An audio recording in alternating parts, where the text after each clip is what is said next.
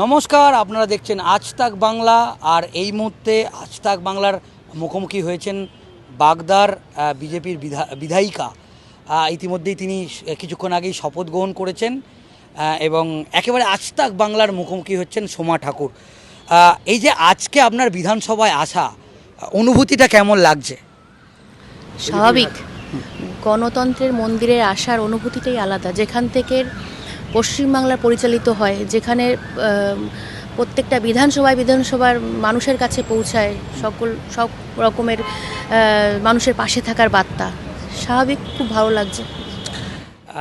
একেবারে পারিবারিক লড়াই ছিল, একদিকে ননদ একদিকে বৌদি, কিন্তু এখন আমাদের আজ তাক বাংলার ক্যামেরা দেখাচ্ছি হাসি মুখটা দেখা যাচ্ছে বৌদির।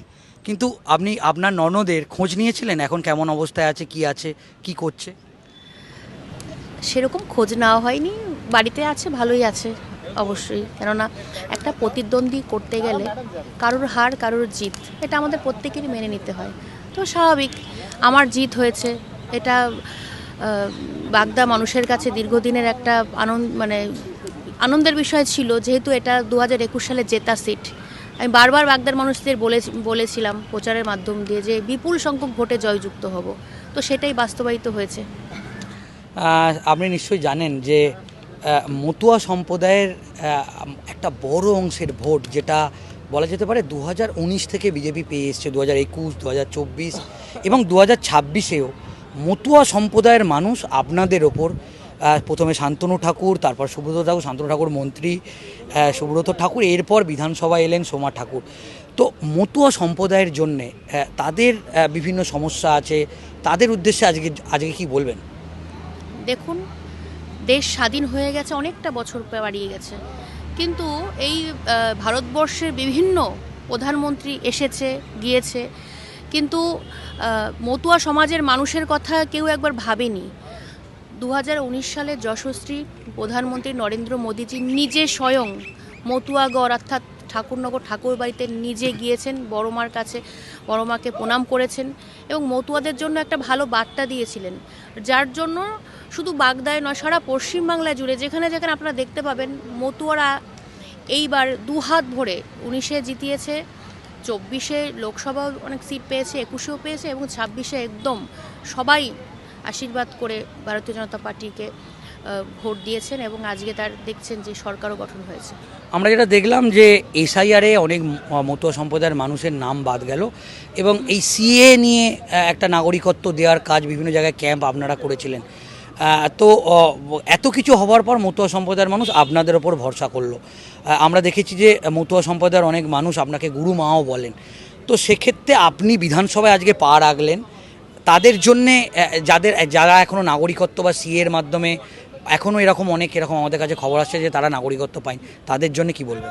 দেখুন, আমরা বারবার বলে এসেছি যে সিএ অ্যাপ্লিকেশন করুন, কিন্তু আমাদের আগের যে সরকার, তিনি মুখ্যমন্ত্রী যে ছিলেন, তিনি বারবার করে মতুয়াদের কাছে ভুল বার্তা দিয়েছিলেন যে আপনারা সিএ যদি অ্যাপ্লিকেশন করেন তাহলে আপনাদের সমস্ত কিছু যে ফ্যাসিলিটিগুলো পাচ্ছেন কিছুই পাবেন না।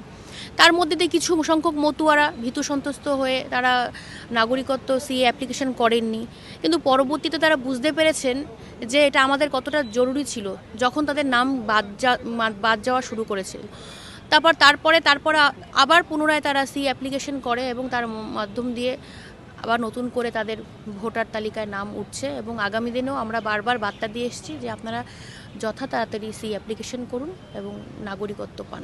সেটা হচ্ছে আপনি একেবারে নবাগত ছিলেন, অবশ্যই আপনার পরিবারের শান্তনু ঠাকুর বা সুব্রত ঠাকুর আগেই রাজনীতিতে ছিলেন, কিন্তু আপনার কাছে তো একটা খুব বড় চ্যালেঞ্জ ছিল। শান্তনু ঠাকুরকে আজকে আমাদের আজ তাক বাংলার মাধ্যমে কিছু বলবেন, মানে তার থেকে কতটা সাপোর্ট বা সহযোগিতা পেয়েছিলেন? আপনি সহধর্মিণী তার, তো তিনি সেন্ট্রালের মন্ত্রী, কিন্তু আপনাকে ফুল সাপোর্ট করেছিলেন এবং নিশ্চয়ই এই ব্যাপারে আপনার সঙ্গে নিশ্চয়ই পরামর্শ হয়েছিল আপনি বিধায়ক হয়ে লড়বেন, তো কি বলবেন? দেখুন, আমার স্বামী বরাবরই আমাকে ভীষণভাবে সাপোর্ট করে এসেছে, সংগঠনের ক্ষেত্রে থেকে শুরু করে সমস্ত কিছু থেকে উনি আমার পিলার, মানে সমস্ত ক্ষেত্রে এগিয়ে দিয়েছে আমাকে যে এই সঠিক পথটা অবলম্বন করো। তো ওনাকে সবসময় আমি মানে সম্মান করি, ভালোবাসি, এবং উনি যে দিক নির্দেশ আমাকে দেয়, যেহেতু আমি সংগঠনের সাথে যুক্ত ছিলাম দীর্ঘ 15 বছর থেকে, 15 সাল থেকে আজকে 26 সাল, লাস্ট 10-11 বছর, তো ওনার সাথে থেকে সংগঠন শিখেছি কীভাবে সংগঠন করতে হয়। তো রাজনৈতিক সংগঠনও সেই সিস্টেম তো একই রকম, তো সেখানে আসতে আমার অসুবিধা হয়নি। অনেক আমি বুঝেছি, অনেকটা জ্ঞান আগের থেকে অর্জন করেছিলাম বলে আমার প্রত্যেকটা পদক্ষেপে তিনি আমার সাপোর্টিভ ছিল, তিনি আমার পাশে থেকেছে। কোথাও কোনো কিছু যদি ভুল হতো সেখানে সংশোধন করে দিয়েছে, আগামী দিনেও দেবে। তো আমি এক্ষেত্রে খুব আমার স্বামীর সাপোর্ট পেয়েছি। শেষ প্রশ্ন করব যে গাইঘাটার মানুষের জন্যে আপনি কি রুট প্ল্যান তৈরি করেছেন? নিশ্চয়ই কিছু ভাবনা চিন্তা, বাগদার মানুষের জন্যে কি রুট প্ল্যান তৈরি করেছেন এবং কি কি করতে চান যদি একটু বলেন। বাগদা একটা পুরো মানে বাগদা যে বিধানসভাটা পুরো গ্রামীণ বিধানসভা, যেখানে 12টা গ্রামাঞ্চল নিয়ে বাগদাটা পুরোপুরি। তো সেখানে কৃষিভিত্তিক এরিয়া, সেখানে একটা যেহেতু কৃষির উপর নির্ভরশীল, সেহেতু একটা বড় দরকার কোলেস্ট্রল, যেখানে তাদের সমস্ত কিছু সুবিধা অসুবিধা পাবে, এবং স্বাস্থ্য ব্যবস্থা বারবার বলে এসেছি একদম খারাপ, সেদিকে লক্ষ্য রাখবো। তারপরে রাস্তাঘাট, মডেল গার্লস স্কুল থেকে শুরু করে, তারপরে যে দীর্ঘদিনে সবথেকে একটা বড় সমস্যা যাতায়াতে, রেলওয়ের যে বিষয়টা, সেন্ট্রাল যে রেল মিনিস্ট্রি আছে সেখান থেকেও আবেদন করা হয়েছিল, কিন্তু তৎকাল সরকারের জন্য আমরা করতে পারিনি। এখন সেইটা আমরা যাতে করতে পারি, ধীরে ধীরে একের পর এক কাজগুলো এগোবে। একদিনে তো যে নয় যে আজকে বললাম কালকে হয়ে গেল, ধীরে ধীরে ধীরে ধীরে সব কিছু ডেভেলপ করা হবে। শেষ প্রশ্ন, রাজনীতি পরিবার অবশ্যই ছিল, কিন্তু আপনি যখন একজন সাধারণ গৃহবধূ হয়ে তারপরে এই রাজনৈতিক মঞ্চে আসা, বক্তব্য রাখা, এবং আজকে আপনি বিধানসভায় দাঁড়িয়ে আছেন, এই যে একটা লম্বা জার্নি, সেটাকে একেবারে সাকসেসফুলি আপনি পূরণ করলেন, সেটা নিয়ে আপনি কি বলবেন? দেখুন, আমি যেহেতু মাতৃসেনার একটা কমিটির মধ্যে, আমার কমিটি আছে যার প্রেসিডেন্ট, আমি দীর্ঘ 5-7 বছর ধরে মহিলাদের মাদের নিয়ে আমি সংগঠন চালাই, অসহায় মাদের পাশে থেকেছি। তো তার মধ্যে দিয়ে তাদের সাথে কথাবার্তা, বিভিন্ন প্রোগ্রামগুলোতে, মতুয়া মহাসংঘের প্রোগ্রামগুলোতে মতুয়াদের মধ্যে আমি সারা ভারতবর্ষে আমি গিয়েছি কম বেশি, যে কটা স্টেটে মতুয়ারা রয়েছেন সে কটা আমার কভার হয়ে গেছে। সুতরাং আমার কথা বলা বা এটা কোনো বিষয় নয়, আমি মানুষের সাথে মিশতে পারি, ভালোবাসতে জানি, মানুষের সুবিধা অসুবিধা কতটা করতে পারি কি না পারি, কিন্তু পাশে থেকে তাদের সান্ত্বনা দিতে পারি। আগামী দিনেও যেহেতু একটা নির্দিষ্ট বিধানসভা থেকে আমি নির্বাচিত হয়েছি, সেই বিধানসভার মানুষকে নিয়ে কিভাবে তাদের সার্বিক উন্নয়ন করা যায় সেদিকে খেয়াল রেখে এগিয়ে চলব। একেবারেই সোমা ঠাকুর আজ তাক বাংলার মুখোমুখি ছিলেন, এবং আজ তাক বাংলাকে তার ব্যক্তিগত একান্ত আলাপচারিতায় একাধিক বিষয় তিনি আজ তাক বাংলাকে জানালেন, এবং এই যে ননদ বৌদির লড়াই, শেষ হাসি কিন্তু বৌদি হাসলেন, এবং একজন সাধারণ গৃহবধূ থেকে, অবশ্যই তার রাজনৈতিক পরিবারের লোক, রাজনৈতিক ব্যাকগ্রাউন্ড আছে।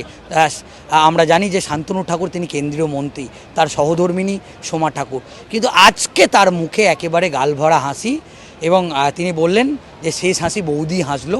তবে অবশ্যই রাজনৈতিক প্রতিদ্বন্দ্বিতা সেটা থেকে থাকবে, এবং আজ তাক বাংলাকে একাধিক বিষয় নিয়ে তার খোলামেলা সাক্ষাৎকার তিনি দিলেন।